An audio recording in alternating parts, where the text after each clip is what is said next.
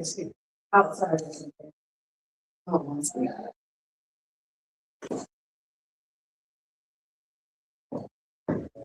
It's like it's been cold for so many months. It's like a 10 and I feel. I know, I miss all of work. I found Wednesday. Oh, yeah. They're all on YouTube. If you ever want to go look at Yes, it. there. Question for you. No pressure on this. It was right there. You're right there. Do you want to touch it? Yeah. Thank you so much. It's very kind of you. You're welcome. Thank you so much. Really appreciate that. Thanks. All right, everybody. It's 5:30. Let's get things kicked off. Woo-hoo! Okay, so tonight, guys, we get to talk about genetics and epigenetics. First and foremost, show of hands. Who here was told in the past that some breathing room? Who here was told in the past that like 100% of your health outcomes were dependent upon what mom and dad gave you? Yeah. Okay. Let's frame it this way then. What percentage currently accepted in the scientific literature? What percentage of our diseases in America right now are genetically driven? 25%? I would say most of it's probably closer to 60-70%. Interesting. Or at least that's what people think. There you go. Okay, cool. It's actually 5%. Okay. It's currently accepted in America that 5% of the diseases that we're dealing with in the world are genetically driven. I know. It's kind of counter to what everybody else thinks, right? 95% is epigenetically induced. So, what is epigenetically induced? You got lifestyle factors, environmental load. Something really important that you guys are going to take away from this meeting, so I always love to give takeaways, is these are fancy words, okay? But you're going to be like the coolest person for this party. Something called DNA methylation. Have you guys heard of that term before? Yeah, Okay. And then what about histone modification? Okay, so these are pretty high level concepts. Anybody here ever take like organic chemistry in school? Okay, so hopefully you guys stay with me. We're gonna get lost in the weeds a little bit and be a little technical, but it's important for you guys to understand. Okay, but my goal today, guys, is to help you guys leave here with hope and understanding of things that wow, we actually have a lot more control over what's happening in the world than what we think. Right? Number two is to help you understand your stress response and something called your HPA axis and how that influences your chronic health challenges. And then again, what would we have control over here moving forward? So again, currently it's accepted that 5-ish% of diseases are genetically induced diseases, something that you had and acquired right when you came out of the birth canal, something that showed up as soon as you got on this, okay? Whereas epigenetic factors or lifestyle-induced factors make up 90-95% of this. And this is where we're going to dive deeper on methylation and histone modification, okay? So what are genetics and how do they work? Genetics are basically what you got from mom and dad, right? Your genetics are fixed. We can't change your genome, right? Unless we start to mess around with like CRISPR and DNA splicing and mRNA vaccines and things that are happening in the world currently, okay? But for the vast majority of us, unless we're in a lab somewhere, our DNA is fixed. Okay, we can't really change what mom and dad gave us. Okay, but what we can change, what we can influence, is how those genes express, how they turn on or how they turn off, what the gene is encoded to do, and whether we allow it to do it or whether we don't allow it to do it. Okay. So, have you ever wondered potentially why some people with bad genes live a long, healthy life, while others with good genes die at an early age? Or have you ever noticed or wondered, like, hey, we have identical twins, genetically identical people. They have the same genome. Why does this one have heart disease and this one doesn't? Right? Why does this one get cancer and this one doesn't? Right? Those are good questions to ask. And the truth is, the genes are not your destiny. That's where your epigenetics come in. Okay? Genetics are the blueprint. DNA is fixed. Can't really change things like your eye color, your height, or disease. Very important term here. Predispositions. What you have a probability of occurring versus what may occur. Genes are like the hardware for your computer. It's fixed at birth, but what we can influence is our software programs, what we load onto that hardware. Okay, let's take stem cells for example. Stem cells are a great example because stem cells have the genes, right? Like it's a genetically encoded cell, but that cell has to differentiate to perform a certain function, right? All your cells, like your heart cells came from stem cells. Your brain cells came from stem cells. Your liver cells came from brain cells. They came from stem cells. So what takes a stem cell that has the same DNA and turns it into a brain cell that has the same DNA as the stem cell? Kind of a crazy concept to think about, right? It's like my brain cell must be different than my liver cell. It is, but it's still the same DNA. Interesting, right? And once a stem cell has differentiated, it can never go back to being a progenitor or stem cell again. Okay. So same thing with twins, like we just talked about. Twins, twins are genetically identical people, but yet they will develop various different disease outcomes over their life cycle. And anybody who knows about like research in the research world, anything published in Science Direct or Nature is like the coolest data that you can possibly find. Okay. What are epigenetics and how does this work? Epigenetics is our lifestyle. It's our gene expression. The DNA doesn't change, but what the DNA is encoded to do can change. Gene expression is like turning something on and off. So we may be coded. I might have a genetic predisposition for heart disease, which your family does. Okay. Every man on my father's side has passed away before the age of like 50 from various heart conditions. Okay, so I am genetically predisposed to my heart not to last forever. Okay. However, if I don't make certain lifestyle choices of being a drug or drinking alcohol or exercising or doing certain things, then I can change the percentages and the trajectory of where that's going to take me in the future. With that, cool. So epigenetics are like the software that we can update and change how the body functions. So for example, when our body incurs a ridiculous amount of stress, stress is going to precede our body from releasing something called cortisol or stress hormone. When we have elevations of cortisol, this influences genetic expression and will cause things like weight gain and inflammatory disease processes. Poor sleep, which we do an advanced workshop on sleep, which I would encourage you to come to, will influence genetic expression and increase various disease risks, specifically cardiovascular disease. Same thing, so forth and so on. Now, a really cool study. Ladies, most of you guys are coded with a BRCA1 and a BRCA2 gene. One is oncogenic and one is oncosuppressive, meaning one, if it gets turned on, increases the probability that you develop breast cancer. Whereas the other one, if it gets turned on or turned off, if it gets turned off, increases the probability that you get breast cancer. Because one is a oncosuppressive, oncology, the study of cancer, oncosuppressive, turning off, generating. Does that make sense to you guys? Cool. So one stops it, one turns it off. So very cool thing that is the BRCA2 gene is a oncosuppressive gene. If that gene is expressed, the probability you develop breast cancer is 0. But if that gene is suppressed or turned off, then breast cancer increases by a significant margin, 45 to 65%. And this is really the concept when we get into it here in just a second, methylation comes into play. Okay? Because if we methylate something, we turn it off. Okay? We want certain genes to be turned off. We don't want other genes to be turned off. And how things get methylated is something you actually have control over. Now, if you guys take nothing away from tonight, because again, some of the topics we're going to talk about are like advanced organic chemistry.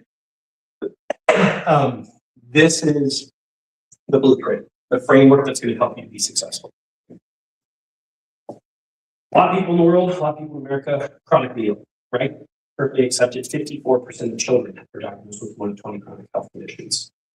So pediatric population is chronically ill, adult geriatric population is chronic, right?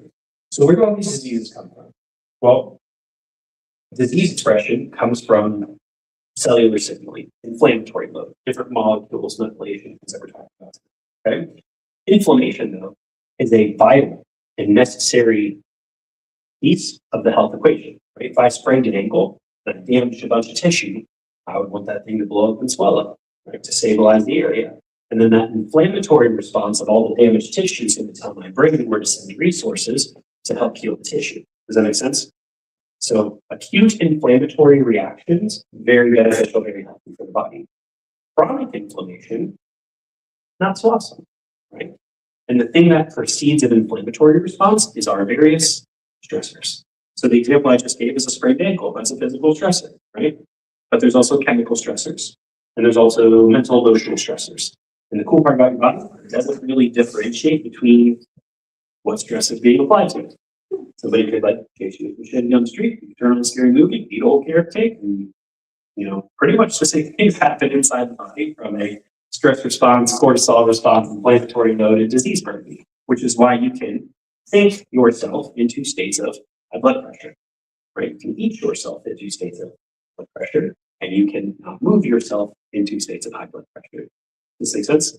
Cool. So our variable stressors, we can't avoid all the stressors. So we have to figure out which ones we can control. And then rather than focusing on all of this, we really need to focus on how can we increase the body's ability to adapt, to handle high stress load, because the stress can magically go away in any of our lives. No, you're like, well, it did, but it doesn't work that way, right? So we have all these variable stressors applying various inflammatory and cellular signal or molecular signalings in the body. And then whether it's acute, which means our body heals from it, or chronic, means we're going to get various disease expressions. Does this make sense to you guys? Cool. So if you take nothing away from tonight, that framework is very important for you to understand. And how does the body perceive and process stress? It starts where? In the, you got it, called your HPA axis, okay? Hypothalamus, pituitary to adrenals. So when the body incurs a stressor, whether it's physical, chemical, or mental, emotional, the hypothalamus, which is like grand central station, is where all information comes through, and your brain has to check it for safety or not safe. Okay? And once it categorizes it as such, then it goes to higher cortical learning centers, and then the body does stuff. Which is really cool how that works. So the hypothalamus, if the input coming in through here is being deemed as a stress-inducing event, then the body is going to release something called chorionic releasing hormone, which will then go to your pituitary gland, which where is the pituitary gland located? In your brain. Nice job. Cool. The pituitary gland releases all sorts of cool hormones, like your oxytocin, your prolactin, so things like bonding and love, but it also releases one of our precursors to our stress hormones. It releases thyroid stimulating hormone. Does all sorts of cool things based on what the hypothalamus tells it to do. Okay. The hypothalamus gets all of its information from your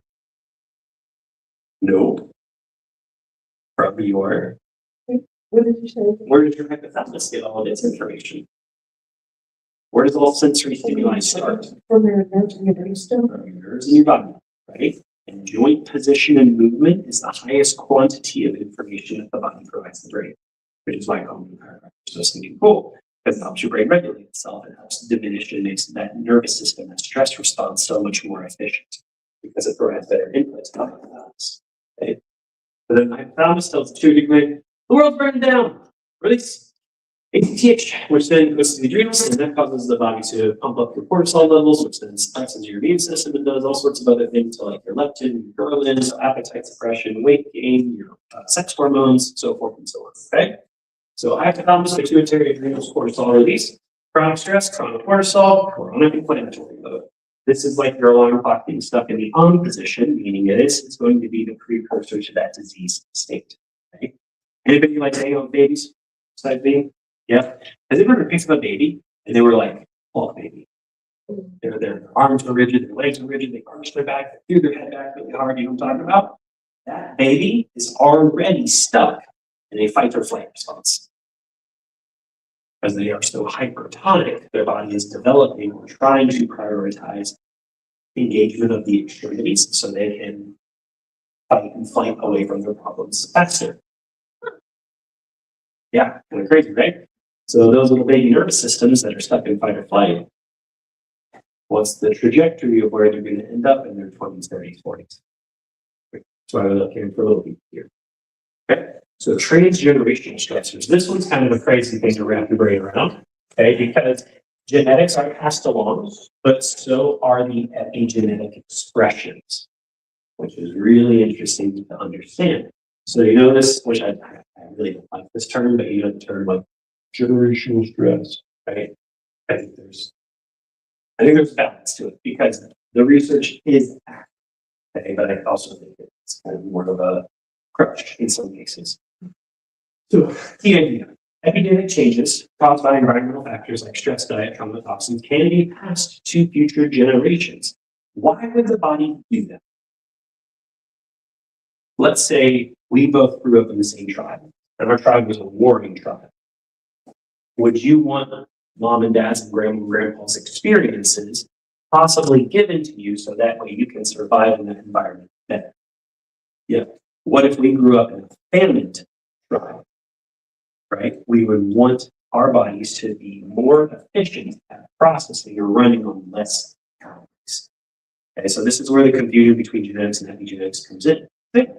I was just saying it's supposed to be like an instinctual thing that protects kind of what you were saying. So just like, your inherited kind of like senses of things that allow you to make informed decisions basically to where you have the best possible outcomes. I love that answer and I agree with you. But the confusion comes in from, does that come from my DNA or does that come from the lifestyle? And what the current research is showing is it's the lifestyle that influences that, not so much the DNA, which is kind of cool. So environmental factors, meaning we grew up in a warring tribe, we grew up in a famine, is going to influence something called methylation and histone changes, meaning there's certain things that bind to your DNA. Have you guys ever heard of has anybody ever watched how a cell divides or how DNA gets encoded and passed along? There's something called transcriptase that transcribes or pairs the pairs together and then breaks off and forms a new genetic code, right? Matching the pairs from the previous one. So histone modification basically makes the DNA so tight. Why is it so tight that it makes it inaccessible for transcriptase to bind to it, to code it and pass it on? So histone modification makes it less likely that that gene gets expressed and passed. Methylation also does the same thing. It doesn't change the shape of the binding site, but it blocks it. It pairs carbon to this area. It blocks it from being replicated. Okay? So that's how things get turned off or how things get tightened. So these modifications affect the germ cell, or the sperm and egg, and progenitor cells like your stem cells. These altered epigenetic expressions are passed to the offspring, meaning this binding site for this specific gene is so tightly wound that one's not going to get passed on at a high rate. But let's say we change our lifestyle factors and this kind of unwinds a little bit, and now this gene will be expressed and passed to a future generation. Is this kind of it's almost like a locking key mechanism. There's certain things in the body that kind of lock your DNA down and says, I don't want this one to get passed on, or we really want this one to get passed on, but the environment's not letting me do it. So You said that it's not genetics so much as environment, but for the second and third generation, it is partially genetics. Because the first person that experiencing it would be environmental, but those stressors can live in the body and be passed on through DNA to a degree. Agreed, but what if the environment changed? Then those. I think that there would still be that kind of sense of whatever. Like you were saying, I think there would be a sense of it still kind of passed on in your DNA, but obviously it can be changed based on how that next person chooses to handle those things and live their life. Love that. And that's exactly where this conversation is going. Because of my dad, which is not, let's say he lived his life in such a way that his genetics that he has to me were just trashed and damaged, and I'm projected to get X, Y, and Z. But I didn't like the environment that I grew up in, and so I completely changed that. I had a completely different lifestyle than the different genetic modifications that are occurring based upon these findings will be different because I changed them based upon my choices, and then what I give my children will be a different expression of what dad gave me.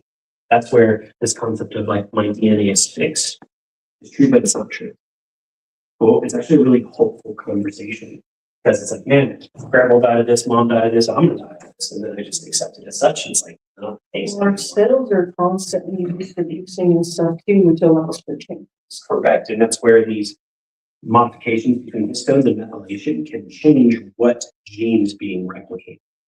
And then we get more of something we want and less of something that we don't want. But the opposite is true too. What if these binding sites are being taken away from us because of different environmental things, and we're not able to pass along what we want to pass along, even though I am living an effective style? DNA, right?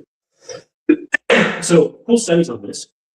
There's a massive famine in Sweden. And this is called the, I don't know how to pronounce that, study. And but what researchers showed is that the birth and death records from the small town in Sweden, they found that men who experienced famine during their adolescence had grandsons with lower cardiovascular disease rates. Interesting, right? Whereas the one percenters during this time, because they kind of think of like, do you ever watch Les Miserables? Or like, you know, one of the people were revolting against like one percentage. Yeah, interesting parallels to reality right now. So, in contrast, the individuals that were like just gorging themselves on food, their children had higher rates of obesity and diabetes, as you would expect, right? But it's super interesting that lower incidence of cardiovascular disease in the family population. So environmental exposure during critical developmental periods like the neonate period when we're in utero or the adolescent period has a bigger impact. Transgenerational stress and early life stressors. So they continued these studies, right? And what we figured out, so in rodent studies, male offspring of stressed mothers showed an increased DNA methylation of stress-related genes. So there's certain genes inside of us that help us to manage stress more effectively. In these rodents whose moms were like super crazy cracked out on stress, their stress management gene got methylated, meaning it got shut off, it got inhibited. And so then that expression got passed to the child, even though the gene is still there that could be expressed to help you manage stress better. And the same thing is true of histone modification or deacetylation. This plays a key role in silencing the gene by tightening the binding site so that way the DNA can't be replicated. But sometimes you want it to, and sometimes you don't want it to. So these higher states of stress, these higher states of lifestyle factors increase the probability that our offspring experience anxiety, depressions, PTSDs, and cognitive dysfunctions. And the same thing is true in humans as well. Offspring of Holocaust survivors, so children of mothers who were not actually in the Holocaust, had very similar stress-related epigenetic expressions than even though they were in the experience. There's actually some really interesting associations between transgenerational stressors and cancer incidences. Like if this is a little bit more anecdotal, but the data is starting to back it up.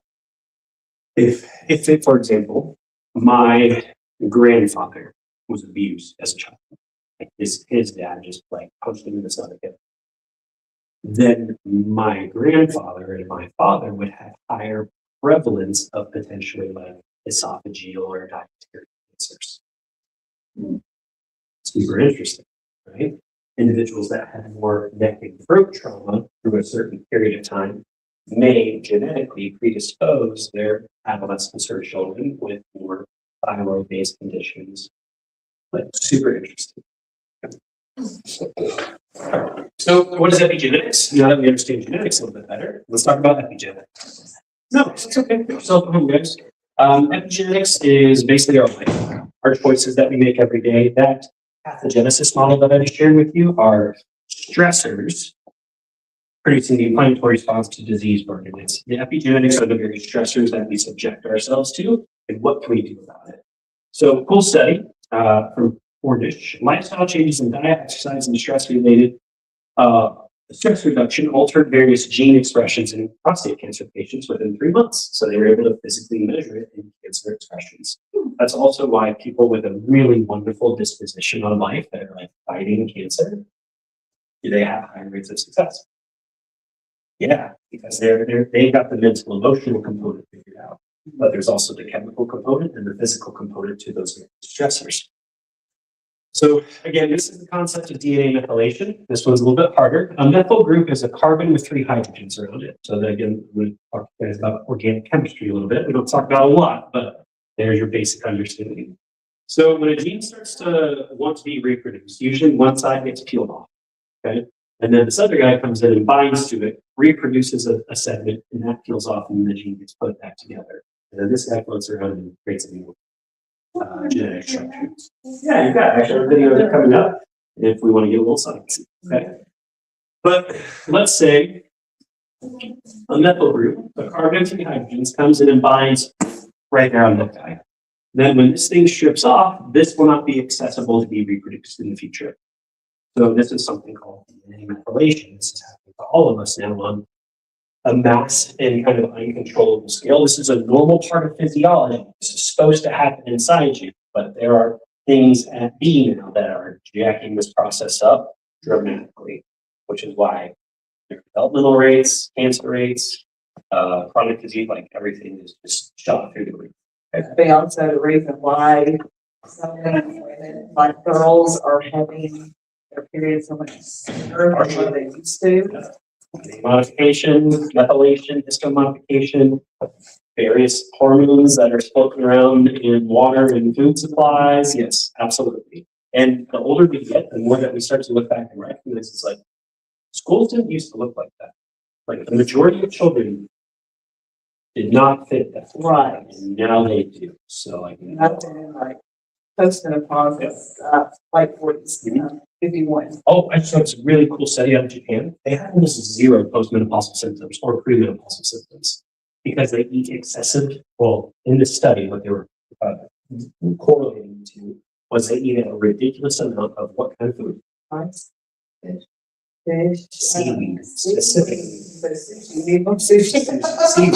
Or a really effective thing in like functional health right now for like perimenopausal, postmenopausal is eating Spanish sea moss. It just like iodine, the zinc. Actually, remember Christine who used to work here? Yeah. She makes her own. So yeah, you can find sea moss, okay, but it can dramatically influence iodine, thyroid function, and other peri and postmenopausal symptoms. Okay? So these DNA sequences, the DNA doesn't change, but what binds to them changes, and then that affects what gets passed and what doesn't. So the impact on gene expression, increasing methylation equals, so if you methylate something, it silences it, turns it off. So that BRCA2 gene that we talked about earlier, which is a tumor suppressive gene, ladies will have a BRCA2 gene, you want it to be expressed. You want it to turn on because it lowers your incidences of cancer by like 65%. But if that gene becomes methylated, that tumor suppression goes away. And the probability you experience breast cancer goes up significantly. And so this concept of methylation is also very, very important to the neurodevelopmental community because this community has very interesting methylation problems. Some are too much and some are not enough. So for example, like the vitamins that you take, your B vitamins specifically, if you look on the back of your B vitamins, it says like cobalamin or pantothenic acid. If it doesn't start with methylcobalamin or methyl pantothenic acid, the product you're getting is kind of crap. Okay? Yeah. So you do want your B vitamins to be methylated because it makes it more biologically activated. It's easier for your body to use. Right? And it also donates that methyl to a different part of your body to create harmony and organic structure. So this is a really important concept to understand. And it's kind of like, I mean, I didn't really learn about this stuff till like 2-3 years ago. Okay, so it is kind of new information in the more functional healthcare world. So increased methylation turns a gene on. Decreased methylation turns a gene on. And both can be bad and both can be good, depends upon what gene we're interacting with. Yes. So if you do have to take like vitamins and things like that, and it's not one of those, is it doing anything to help, or are you basically just wasting your time and money?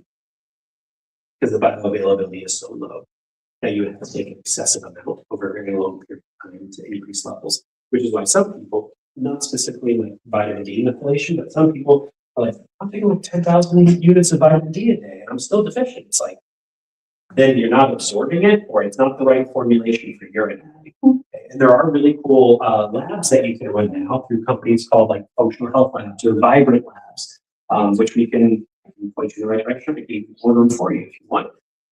That show you what your anatomy, like what it requires for a methylation standpoint. Is it too much or is it not enough? So we can figure this stuff out now. It's just not included under your insurance covered healthcare service. Okay. Yeah, I know that's a different topic for a different. I actually have a doctor who's actually did significant blood work and stuff that most people won't run, and shortly after that, she actually had put me and her on a vitamin D2 at 50,000, units, once a week, plus, another, we take 3 different D vitamins. We got D2, 50,000 that we take once a week.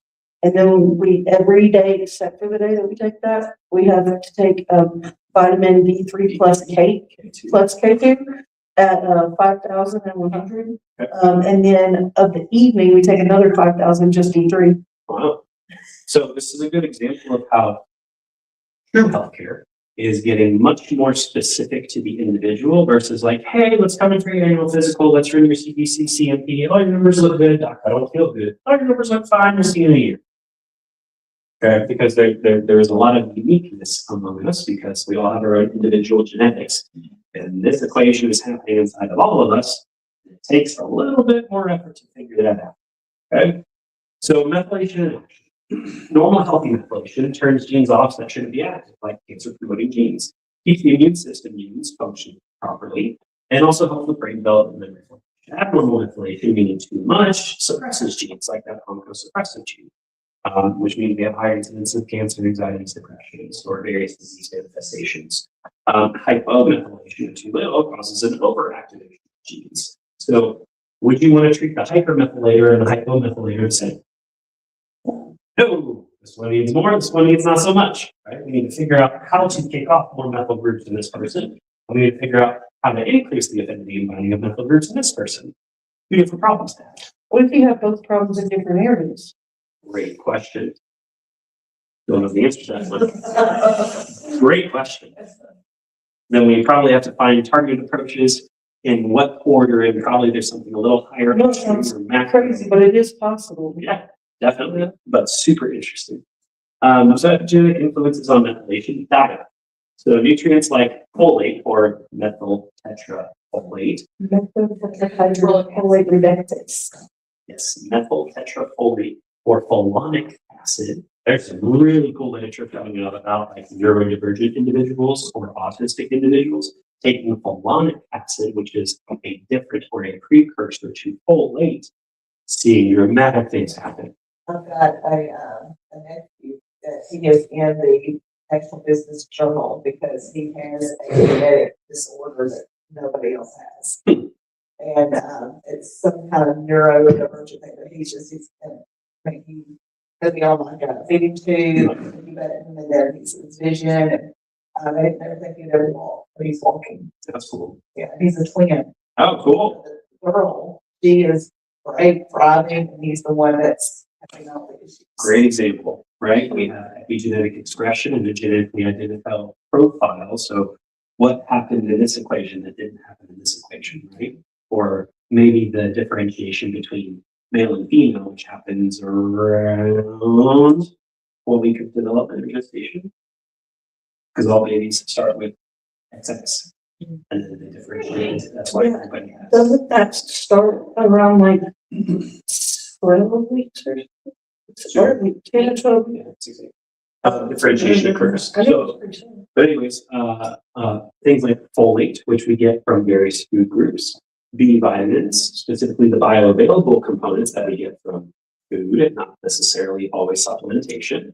Choline, do you anybody know what food has the highest content of choline? Eggs. Yeah. Support proper methylation. Okay, so all of this really, the crazy part is like, if you get super heady with this stuff and like trying to figure it all out, like, what do I take? What supplement to take? You boil it down. No, but when you boil it down to health practices, it's like, oh. So if I just do this every single day forever for the most part and kind of eat with the cycles and the seasons and where energy goes and like how things were designed to be a long time ago, But if I eat eggs, less issues. but if I eat eggs every single day, or sometimes multiple times a day, because I really do love eggs. But I still have issues with that. Like I have MTHFR, methyl-tetrahydrofolate reductase. And so yeah, like I don't know. And most of the medicine that people recommend don't work worth nothing. It is not, it's no good, especially the over-the-counter stuff. You brought up a good term called reductase. So there's a process in organic chemistry called reduction or oxidation. Okay, one is donating and one is taking away. So if you have a reductase problem, you have a addition problem. If you have an oxidizing problem, you have a subtraction problem. So you have too much of something, most likely.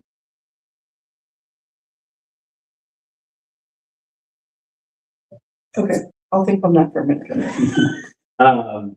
So again, correlates back to just the general lifestyle factors, dietary applications, and where do we get methyl donors from our dietary profile, which we'll talk about in a second. Stress is the other one, but that's more mental emotional component. So this is our chemical stress. This is our mental emotional stress. Chemical, physical, and sleep is a big dog in that fight. Because with sleep, there's different stages. There's something called REM and NREM, and NREM has 4 separate stages. And if you don't hit all 4 in your brainwave activity, your body doesn't do the cellular repair that it's supposed to. And guess what's really cool that we all look at every day that messes with that process?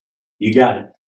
Blue light after sundown is now classified as a 2A carcinogen because of how it influences this process. Alarm clocks also mess with that, right? It can. But which one here, guys, is our environmental toxins?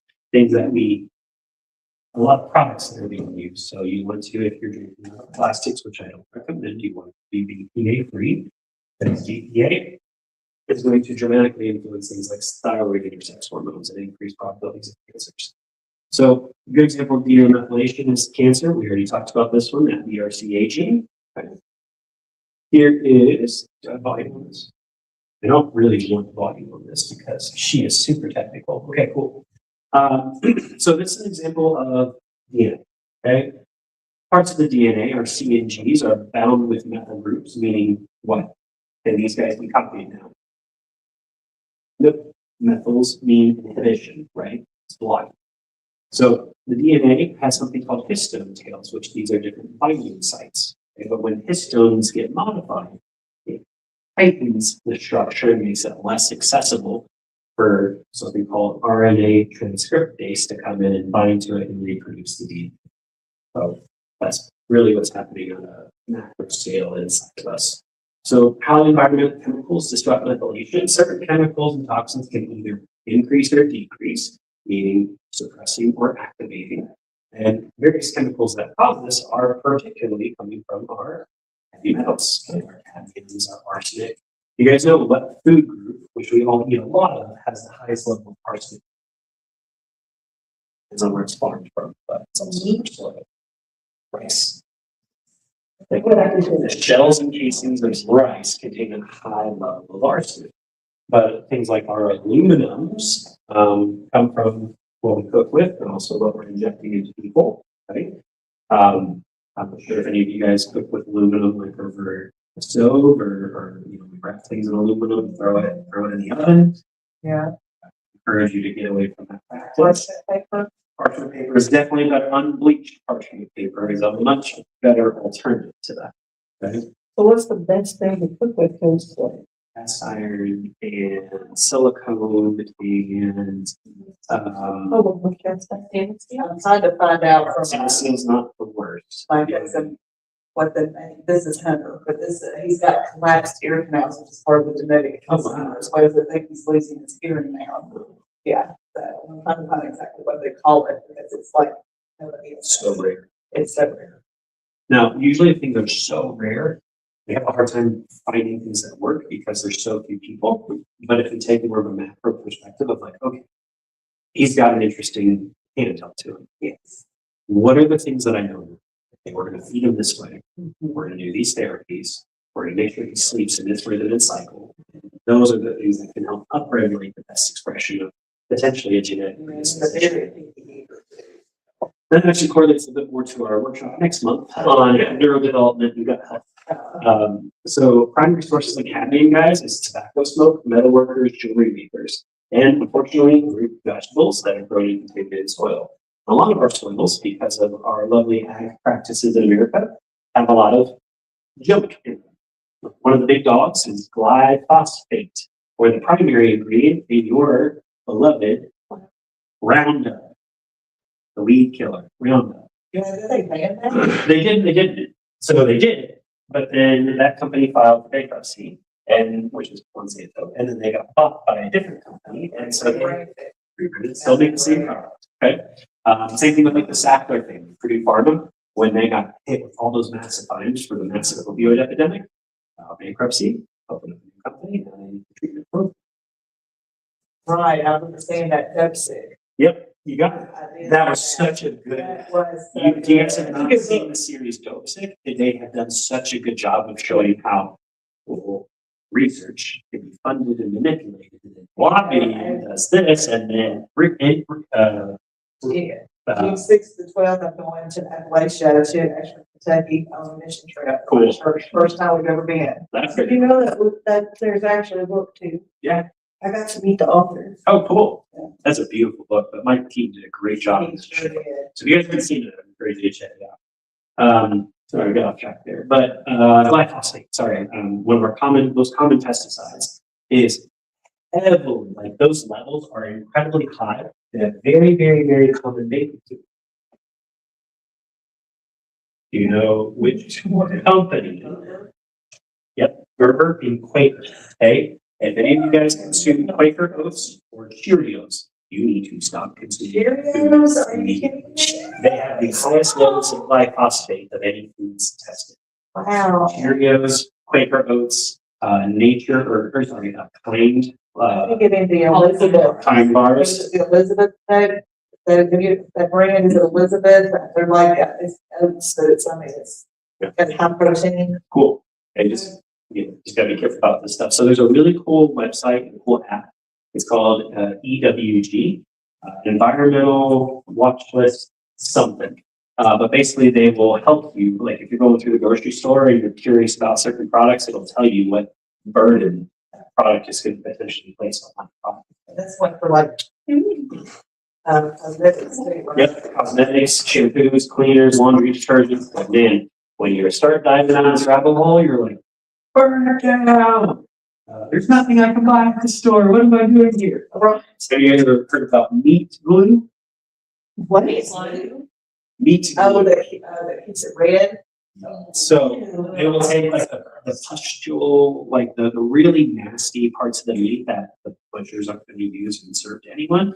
And they basically mix it with this chemical compound we call meat glue, and they wrap it in cellophane and they put it in the freezer. And in like 2 days, they pull it out and it looks like a beautiful filet mignon. And that's the kind of meat that typically gets served at the majority of like our chain-based restaurants. So if you guys haven't read about meat glue yet, I would encourage you to do so. So all of these chemical exposures influence methylation pathways and can disrupt that. Again, it'll mess with key nutrients and absorption of those, like folate, vitamins, and choline, which is where we have the methylcobalamin versus the cobalamin. Okay, and some people need more methylation, some people need less methylation. But these chemicals can deplete these nutrients and block methylation enzymes, which means then things don't get transferred. And then we also talk about the oxidative response, which is what we just discussed. Oxidation is losing, reduction is gaining, kind of different than what you think. Okay. So top environmental toxins that disrupt DNA methylation, your heavy metals, lead, arsenic, cadmium, mercury. Polluted water, full paint, pesticides, seafood, unfortunately, dental work. Man, there's a huge push right now in the more like functional or biologic dentistry space with all the old metal that you guys have put into your body, and how that leaches and how that influences cardiovascular disease, myocarditis, and heart attacks. My dad there's this really cool, amazing functional integrative cardiologist down in the Murfreesboro area. His name's Dr. Cable or Cabell, Cabell. He is amazing. He is so cool. He is like the most holistic cardiac person I've ever met. And he is either married to or refers a lot to this specific biologic dentist down in Franklin area. I try to recruit these guys to come this way, but we always have to go to Franklin.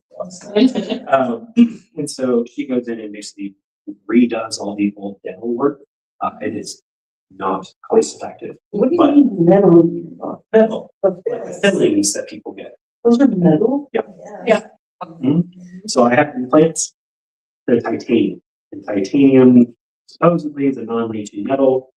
I'm sure in 20 years that'll change. Implants. Yeah, because that wasn't. It's very painful. Well, I wasn't born with permanent teeth. So when I lost my first set of incisors, my canines actually came in here. And so I had braces for like 3 years. I had to pull the canines back and then they had to put teeth. Are all of them metal or just the ones that look all gray? No, I mean like, peelings and stuff. Also, I was they just- started to switch like the ceramic, but Yeah, I there's- don't have very, like, but 2 or 3 or whatever. When I was 17, or whenever I first got a cavity, I know that you couldn't even tell, it was some kind of like, it looked like enamel. Well, a lot of individuals a little older than us have a whole lot of metal floating around in that has dramatically influencing cardiovascular disease. Yeah, and people will have impaction where it doesn't show up on blood tests, but if you culture it, you will have like abnormal low-grade infection throughout your mouth, and the vascular supply from the mouth to the heart is a direct supply, and so that bacteria then goes to the heart and causes a lot of cardiac issues. Why, like when your body has an infection, so like it'll push it out of your body, right? Like it'll create pustule cells and push it out. So the calcification of the artery, that white calcium-based deposit, is really an immune reaction in some instances. And your body's trying to isolate and solidify various infection or cardiac issue. So, study quoted there, found that arsenic caused hypermethylation of tumor suppressive genes. So arsenic turns off genes that suppress cancer. Good job. You can almost have to read it in a different language. Pesticides, glyphosate, we talked about that one. Organophosphates, though, are another big player in the game. And the baby products that have the highest level tested or the highest tested levels of glyphosate are your Gerber baby foods. And any of those like puffed grains. Oh my goodness. Okay, anybody familiar with- Cereal things, yeah. Anybody familiar with baby-led weaning? Because we didn't have processed food back then. So the babies would go from breast to food. Well, They would start eating food, soft food. So protein. and bone marrow. my grandson, when he was born, they gave him just whole milk. I mean, it was just, they would express, her milk and then freeze it, and of course they would warm back to a thaw, but then leave it in the refrigerator, or put it in the bottle, and would just feed him whole milk. Like, that's part of what helps you sleep is warming it up, right? Yes, and temperature messes with protein structure. So depending on how warm you make it, where you may actually denature or break down the protein structure of what makes them all good in the first place. That's why I said to go from good. Cool. Excuse me. So let's keep going here, which is what we're going to talk about. So, really sad studies. But right now, it's currently deemed like people are putting needles into the while baby's growing and pulling out fetal cord blood from the umbilical cord. They're currently seeing around 200 to 250 carcinogenic chemicals that are not meant to be there. So a lot of these things in the world that they say, oh, don't worry, like you can, like you won't absorb, like it's crossing blood-brain barriers and going everywhere in the body and into fetal tissue. So, there's EWG, environmental working group. That's what I wanted to communicate to you guys. So in this study, small study, but I don't know how many people would allow needles to be injected into babies. Out of 287 chemicals detected across samples, 180 were known to cause cancer in humans and animals. 217 are toxic to the brain and nervous system. That shouldn't shock anyone with the current incidences of and autism rates being estimated to go to 1 in 3 from 1 in 56 when I first started this conversation 10 years ago. And 1 in 3 children have some sort of neuroatypical presentation. Last 2-3 years ago, it was 1 in 36. When I first started this conversation 10 years ago, it was 1 in 56. Okay, so it's happening more often. Another study measured 59 potentially harmful chemicals in maternal and umbilical blood samples collected in San Francisco, and they found that was crossing the membrane and going directly into the fetus. So again, guys, Mostly in the United States, because of what we allowed versus what other countries. like in the European Union, South America, there's like 3,000 to 5,000 chemicals that are allowed here that are allowed in places as well. That's also why people who are like gluten intolerant, or celiac disease, go to Italy, eat some pasta, and they're like, oh, I have a cousin that's got that, but you'll see what. yeah. Wait, what? Yeah. Say that again. People with like severe celiac disease or with severe gluten intolerances or food sensitivities will go to other countries, eat the food that causes the disease here, and it doesn't cause the problem. Seriously, Can go to Italy and. it probably won't have a negative impact on it because of how agriculture and formation occurs.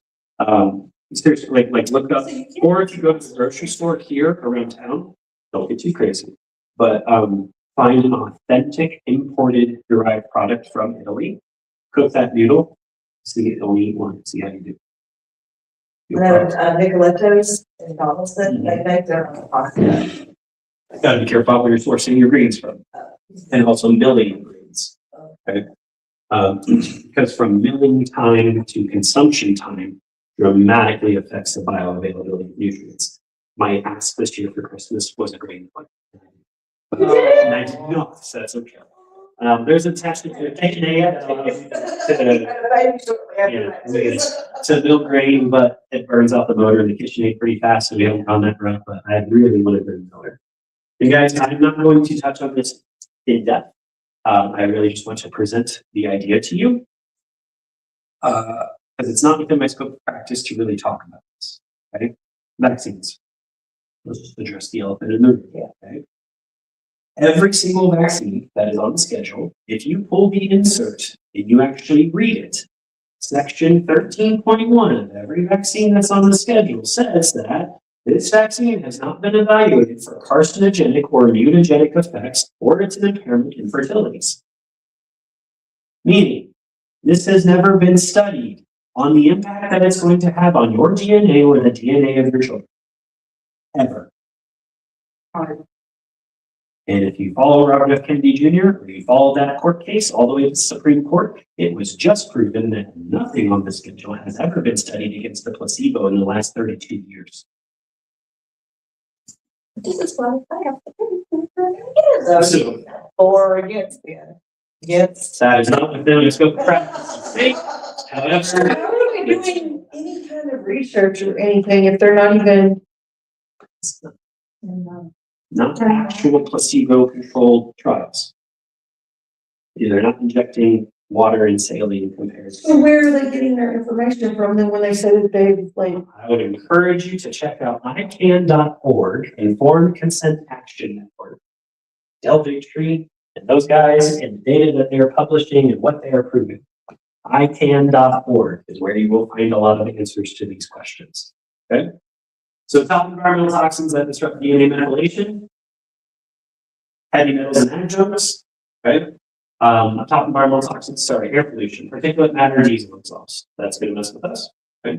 Flame retardants. This is a big one I want to hit on. PBDEs. We all spend 6 to 10 hours a day, usually in less clothing than we wear normally, laying on what? Your sheets and mattress. Your mattress is gassed with PBDEs. Because if a fire starts in your home, you don't want to burn up while you're sleeping. That's why it is there. Okay. However, this chemical jacks up your thyroid real bad. Okay. So there are mattresses that they make that are non-toxic. What is called an avocado mattress. It is very common. Oh my gosh. We got one on Black Friday, maybe 6-7 years ago. Avocado mattress, non-toxic. It will definitely not have those flame retardants in it.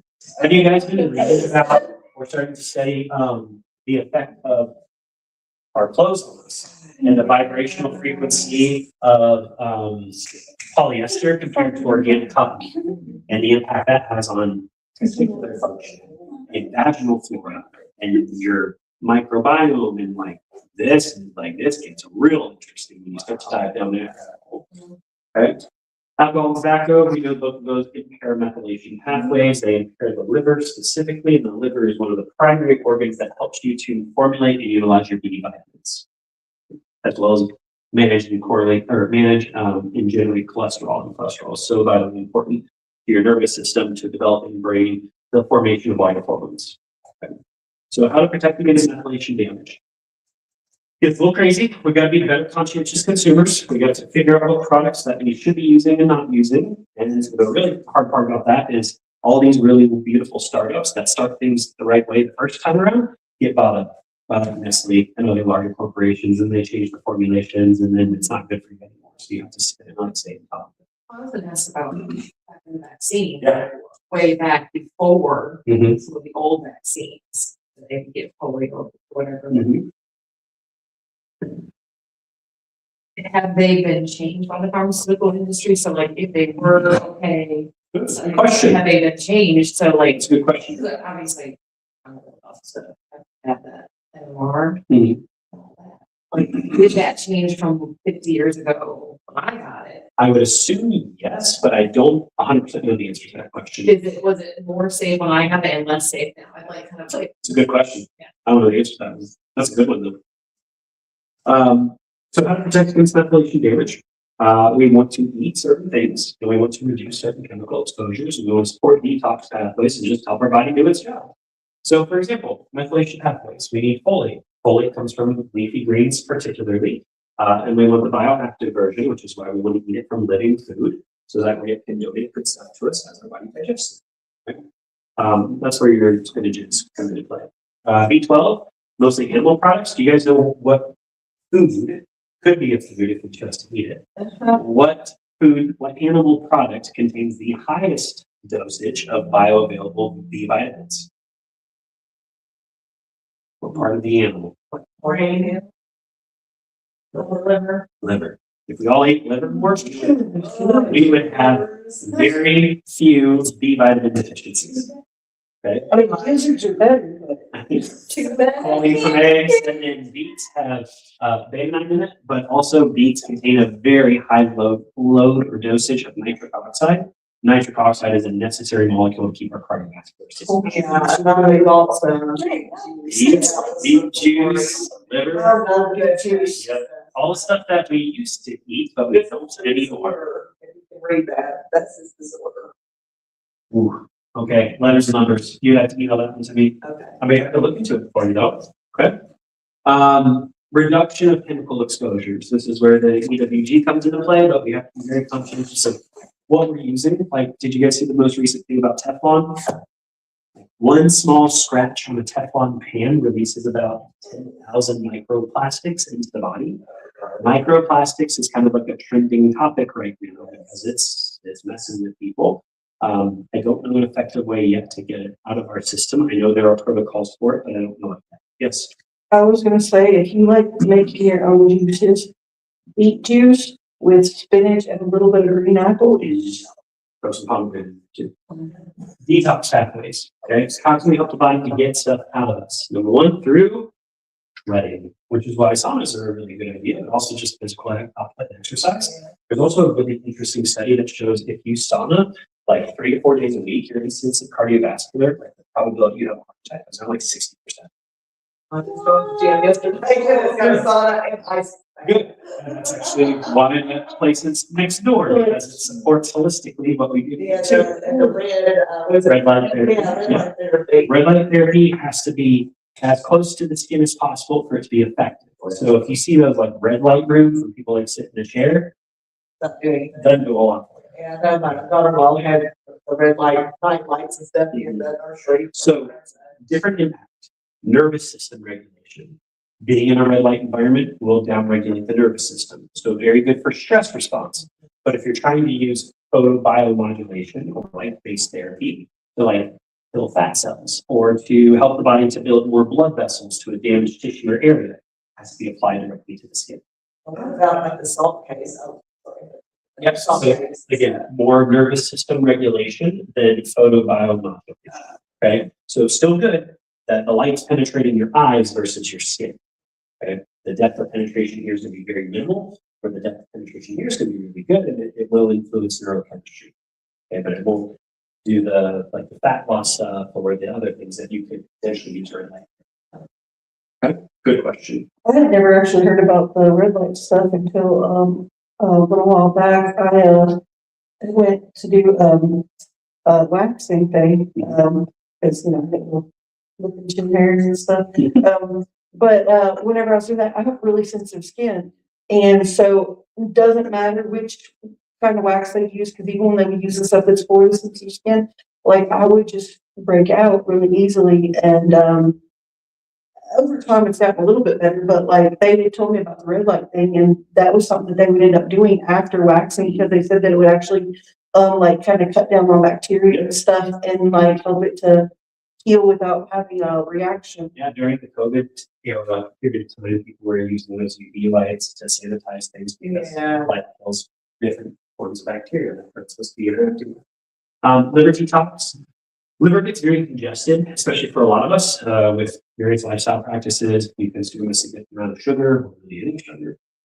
Anything that ends in OL, like your alcohols, your sterols, your steroids, anything that the last two letters is OL, is broken down into sugar in your body. So supporting the liver is very, very important. Running is a great way to support the liver, but also two things: milk thistle and dandelion root are great things to help cleanse the liver. Also, if you pair those two things, so for example, Smitty said juicing, if you put those two things in, and you also add parsley. Parsley is incredibly beneficial and synergistically will help clear the kidneys and the liver simultaneously. N-acetylcysteine, NAC, and NAD are both two products that are very beautiful things to use, and they really help with this histone methylation process. Stress reduction. So just get your body more resilient in managing stress. Focus on your breath work. Focus on all things you can do to regulate your HPA axis, like sitting in a red light or Jim's club. Because when you get adjusted, it lights up your prefrontal cortex and changes your HPA axis. That's why every time you come in and get adjusted, you leave the office, you're like, oh, the world's not so bad. There are really nice people there. You're like, when they're getting adjusted, and they're like, yeah, it is. It dramatically influences your neurochemistry. And so getting adjusted is a beautiful nervous system processor and regulator. What is it, HPA called again? Hypothalamus pituitary adrenals. So your HPA axis is how your stress response works in the body. We covered that in the first 5 minutes of the workshop, Yeah. but I'd be happy to circle back to it. You were just a minute before. Okay. Well, I have a coworker that's got a tumor on her pituitary, and they can't really do anything with it. Yep. But it's all her, Thyroid. emotions and Bonding. everything. Yes. Yeah. Yep, absolutely. And then sleep patterns are a huge game changer. Sleep should be so sacred and protected. And it's literally the reboot, the hard reboot to our processing system. That's the issue. You cannot sleep. And if you sleep, then your longevity, the correlation to sleep and longevity is so highly correlated. And you cannot bank sleep.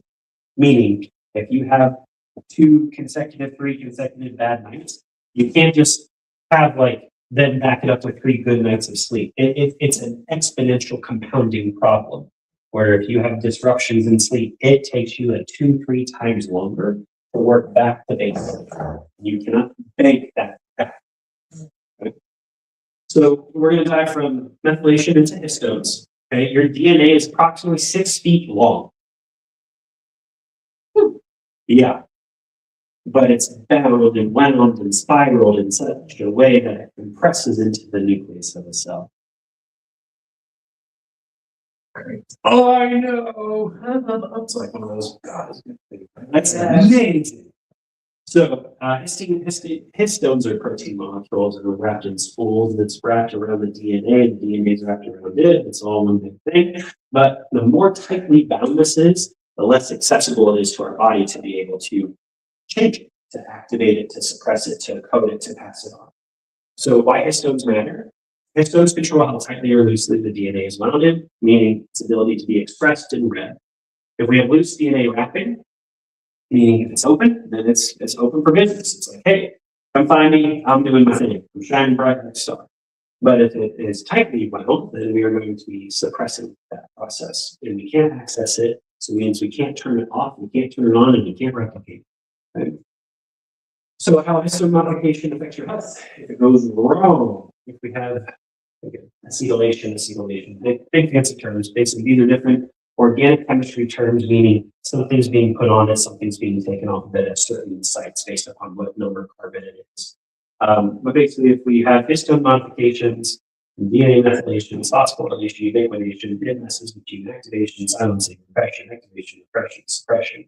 And it's also going to result in the expression of various disease burdens. It's a little heavy there, So conditions linked to this, cancer.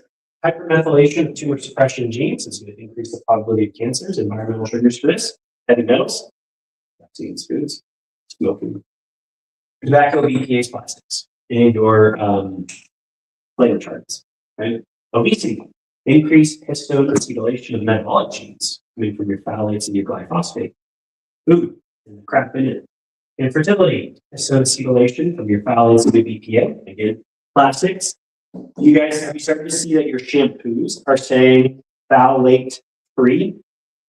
Yes. I hope you are. Say, ladies, your cosmetic industry is so terribly regulated. And there are so much crap in your common shampoos, like the little stick on your razor, the moisturizing stick on your razors. I use it a lot. But it's like just these little things that you don't think about. The adhesions and band-aids. The adhesive and band-aids. People like It's Lonnie, I'm actually allergic to adhesive. Yeah, no, the adhesion that is on the traditional like Band-Aid brand, cancer emergency. Yeah. So like all these little things that you don't think. That and like the little things that they put over like say an IV or something like that. Yeah. I'll break out. And I've even had it do it from like the whenever they like do those scans where they put all those sticky things on you. It'll cause me to break out Yep, the adhesions. really bad. That's causing an histamine and the mast cell response, the inflammatory reaction. Anxieties and PTSD, pesticides and stressors, and then neurodegenerative or neurodivergent, heavy metals and various pollutions. Okay? So things that we can control. Really cool. Natural acetylation boosters, so things that affect how tight or loose these things occur. That is something called resveratrol, okay, found in red grapes, red brine, and also now is like a supplemental form that you can take. Incredibly beneficial to female hormone. Let's see here. Curcumin, that's the easy one, right? This is the primary ingredient, or curcumin is another name for turmeric. Turmeric is a heavy anti-inflammatory based spice. However, curcumin, to make it bioavailable, typically needs to be bound synergistically with another spice. So when you combine curcumin and black pepper, it helps it not be as conjugated or filtered out. How much do you have? How much do you have? A significant portion. Wait, you're saying that But if you microdose, I do a little bit every day, like my kids, when I make their breakfast, eggs. Oh, yeah. So it has turmeric in it, it has black pepper in it, it has organic Himalayan sea salt in it, it has cayenne pepper in it. that's like how I make mine. I Cayenne have to pepper. leave the cayenne out of hers. I think it's a beautiful vasodilator. It really helps increase vascularity. Okay? Increases blood flow. That's exactly what I put on my case. I love it. I love it. That's great. Throw some garlic in there, and that's a really good food as well. Sulforaphane, which comes from broccoli, cruciferous vegetables. I'm a little mixed on this one, personally, but sulforaphane is a cancer suppressant. It reduces tumor growth. Like broccoli sprouts. I think sprouts are a better option than the actual nutrient plant, Broccoli. but also broccoli is not a naturally derived plant. Yeah. It is humans made. What? Check it out. Yeah. Okay. So broccoli sprouts are still. Yes, but the micro, like the bioavailability of nutrients, kind of like how long before grinding and milling grain it losing its effectiveness. So broccoli's not little, like it's not like it's something that just grew. It's a hybridization of a different What? mustard. Mustard seed. That would make sense, thinking about what the mustard is. If I'm not mistaken, I believe that's correct, but I haven't told that piece. What about cauliflower? Wait, what about There are cauliflower? quite a few that kind of fall off that bridge from hybridization. But like cabbage. But red cabbage, I know has some really cool benefits. Sauerkraut specifically, amazing. Please eat a spoonful of sauerkraut every day for the health of your microbiome. You really won't need to buy a whole lot of probiotics if you just eat a spoonful of sauerkraut. Lady that she does her own, what do you call it, with the sauerkraut, it's perfect. Fermented foods are very, very beneficial for you. Sauerkraut's not as bad as what people think too. I like rinsing it and doing stuff with it, but most people just don't like the sour, which you can rinse it off. That's part of the kid's breakfast. It's egg, sauerkraut, pumpkin seeds, you know, couple of berries or something like that. Sometimes we That's got a lot of- we're yeah, but I always thought, I never would taste cottage because I thought this was like, bad milk, but it really don't taste. but You had to mix it with stuff. still gotta be careful about dairy. Natural, this is acetylation, so histone deacetylation. Inhibitors of this process are green teas, your polyphenols from there, also very, very good for cancers as well. Speaking of cancers, are you familiar with Dr. Otto Warburg and the Warburg effect? Won the Nobel Prize, I think, in the late 1800s and figured out like what the metabolic pathways of cancer are. And it basically, if you shut off the food supply, cancer goes away.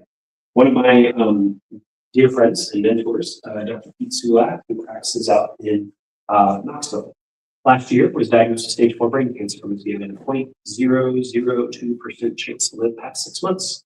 Cured himself in a very short period of time with some of the stuff that we're talking about today. But you have to understand its food supply, it's got primary, secondary, and tertiary month in order.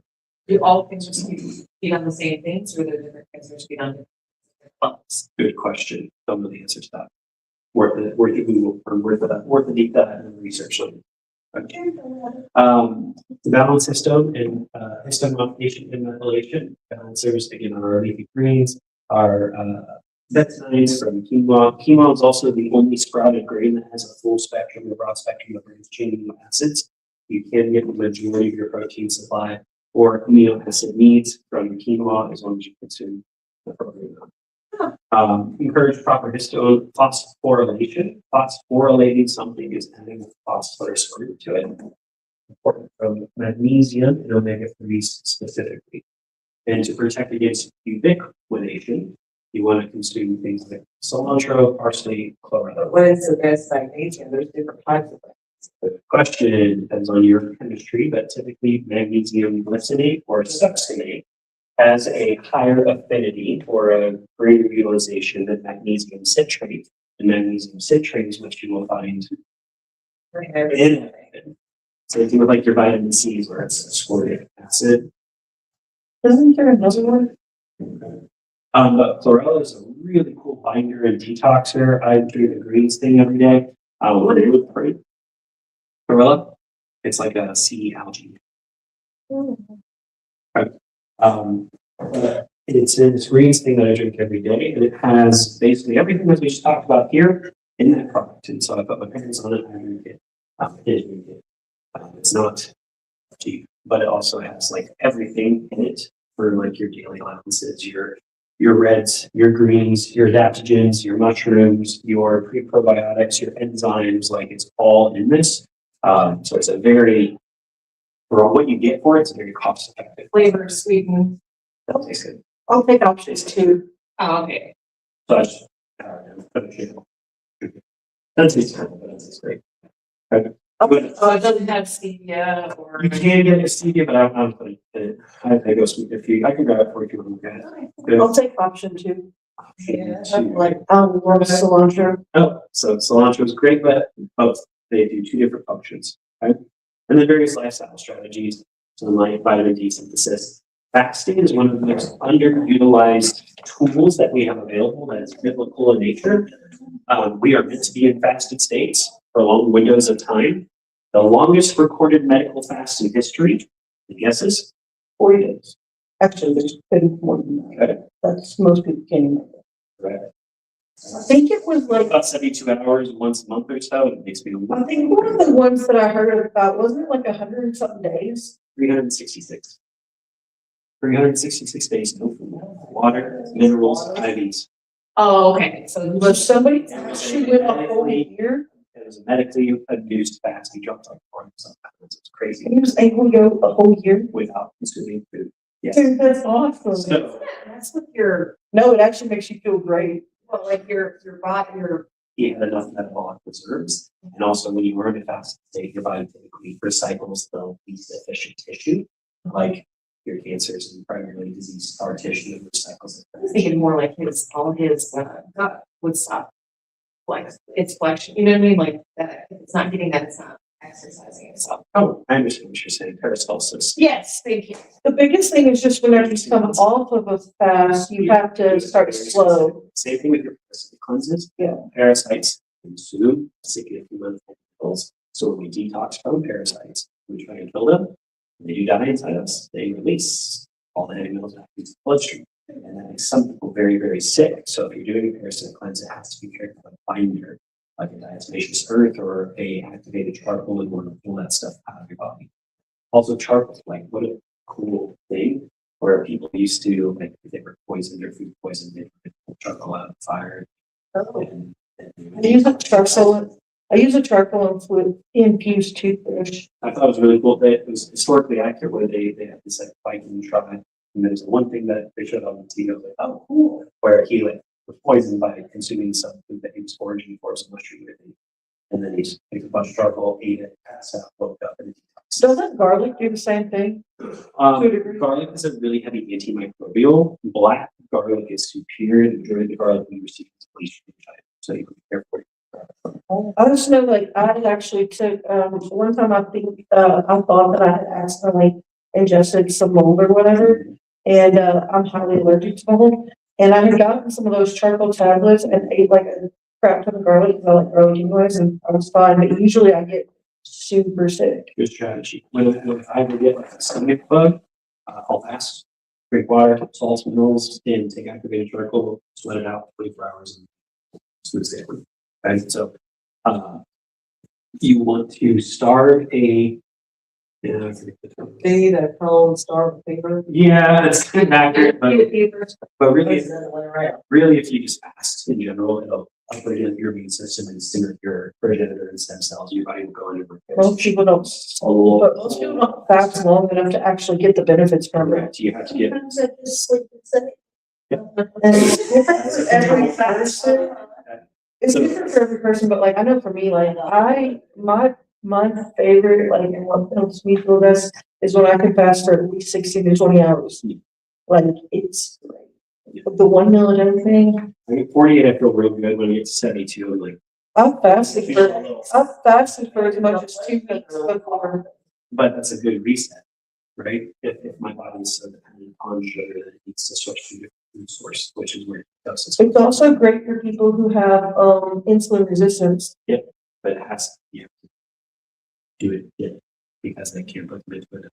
I was say, what about people like, have like really bad acid reflux or, things like that? That'd be a really good decision, and also you can pair that with enzymatic support, because most likely their liver and their pancreas is burdened, and they're not producing the enzymes needed in part to the stomach. Most of the time, the people with acid reflux here in practice, we just put them on digestive enzymes for like 2 weeks and take away some of the irritants. It knocks out acid reflux very quickly. So let's talk about various medications, because all of the meds that we take mess with methylation. Okay? Like your antacids will deplete vitamin B12. So people that have acid reflux, they're constantly putting antacids, Antax, that talcum-based powder. Also, the talcum powder was found to be heavily carcinogenic, specifically baby powder. Cholesterol meds depletes B12 and B9 absorption, influences B12 and B9 absorption because of what it does to the liver. Metformin depletes B12. Carbamazepine as a B9 antagonist. That's one of your mental health-based medications. Oral contraceptives deplete body B9. All of your medications need something from your body to turn it on. Okay? Like all of your cholesterol medications, your Lipitor, deplete, take CoQ10 away from the body. CoQ10 is an enzyme that helps make your muscle tissue work effectively. So wrap your head around this with me, guys. That's why you have aching joints and stuff. Your arm is aching. She couldn't take cholesterol. Yes. However, we are taking this medication to improve the incidences of death from cardiovascular disease. The heart is a really that doesn't make a whole lot of sense. So, yeah, that makes sense. So what are we going to do about it? guys, because I know we introduced some very interesting concepts tonight, and we also understand that there's a heavy environmental load, right? So we can either kind of bury our heads in the sand, keep things moving in the right direction, what we think is the right direction, and wait for symptoms to show up before we address our health, or we can take ownership over that. And how do we take ownership over that? Is by putting the right lifestyle factors in place. Because again, going all the way back full circle to the beginning of this conversation, what percentage of diseases in our country are genetically introduced or induced? 5%, meaning 95% of the crap that people are medically bankrupt for, because medical bankruptcy is the #1 form of bankruptcy in our country, right? Is something you have direct control over based upon the choices that you make, which comes down to spinal health and nervous system, your HPA axis, where we started this conversation, how your body perceives and manages stress. And that correlates back to your spinal health, orthopedic well-being, neurologic well-being. So, like you're talking about the red light thing, love it, beautiful thing.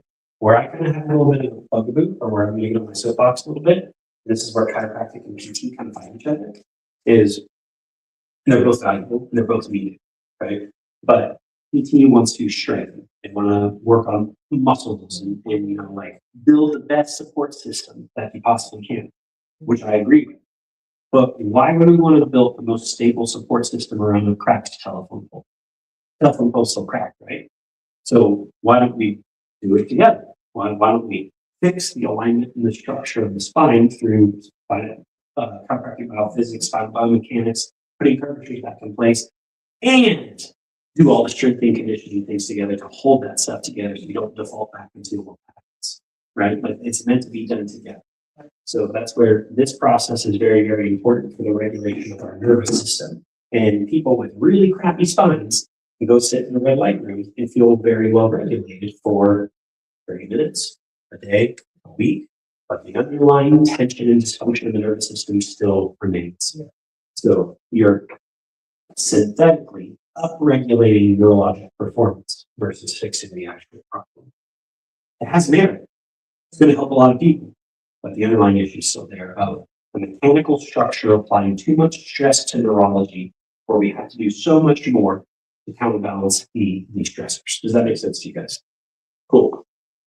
And so that's where chiropractic care comes into play, and the data supports it, guys. There's a crazy amount of literature being published right now by not chiropractors talking about ortho neuro coming together. I'm like, guys, I've been talking about it for 100 years. Finally, it's great. Okay, but we also have to support our detox pathways and support our metabolic well-being. So we are starting to dive into this world. We're offering various programs to help people with their methylation, with their detoxification. They have been wildly successful, very effective. My favorite person to talk about this, Stephen Frenchie. Come on. Stephen was hospitalized 3 times for diverticulitis flares, endoscopies, disease tissue, put her on a 6-month protocol for Blueprint. PhD formulator out of Florida made these guys. Really powerful protocol. But for the first time, as long as I know, slips of the night for the first time, emotionally well regulated, no disease tissue in the digestive system after a 6-month protocol. Kathy had endoscopies, had disease tissue in her colon, went through one of these protocols, post endoscopy, no disease tissue, completely reversed the disease process, also reversed the diabetes as well. So most crazy outcome, couple, both went on the protocol. Over a year's period of time, gentleman dropped 110 pounds, woman dropped like 80 pounds, both reversed their diabetes. Another case, put him on a metabolic program, struggling with fertility, dropped 35 pounds, pregnant. Like, really cool stuff can happen when we dial in chemistry and dial in neurology, right? So these protocols, because I did price them out, and I was talking about the greens powder, the depth of this that he was able to put together, if you piece each individual piece, like 5 vitamin D supplement, I bought this mushroom powder, and I bought this, and I bought this. If you put that all together, it's like 6 to 10 grand if you're messing with it and figured out like, okay, I figured out cheap. But the protocols are actually fairly cost effective for it. So traditionally, we charge like 1,400, 1,800 for the 90-day or 6-month protocol. If you guys want, you don't have to do this like right now. But if you want to move forward with one of these, let me know. And because you attended this evening, we provide a discount for a saving if you want to move forward with one of those. Okay. As well, we obviously do a whole lot, and we're at a different tier of care when it comes to neurologic and orthopedic well-being. This is more for people who would not be practice members here, but all you guys are already, we already have the pleasure of caring for you guys. But your exam consultation usually at our office, or because I just went and did this, the orthopedic consultation was like $400 just for consultation. That resulted in nothing. It's very frustrating. I had a patient go to the hospital because they thought they fractured x-rays, or thought they fractured their ribs. A 2-view x-ray series was $150. Whoa.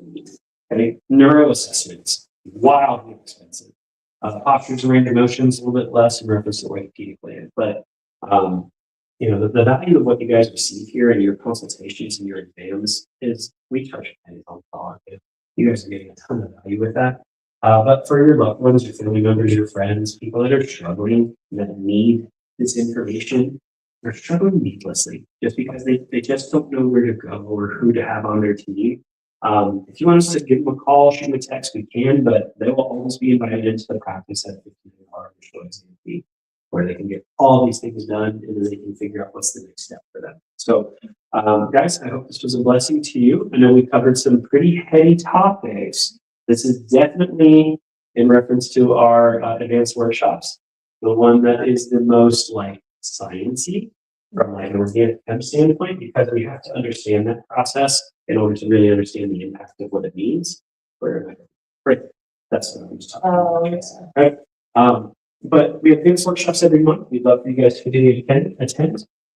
This month, if you would have brought a guest, you would have got 2 entries into our internal referral giveaway, and it's a $160 gift card for massage. So, so currently under care. So, so guys, if you guys have family members, friends, loved ones, every single month we do raffles and giveaways for people that bring additional people to these workshops or to the practice. She's trying to bring my daughter, but she's got plans for Wednesday. Maggie was over here last month. Her and her husband get to go have a date night, House of Cards. They got a $150 gift card to House of Cards. So we always do fun stuff and giveaways. Really just want to feedback into you guys. But thank you so much for your time and attention. Hopefully everybody has a little fun. We have a real world example, like right now. Yeah, Of this, you know how I'm cutting out a prostate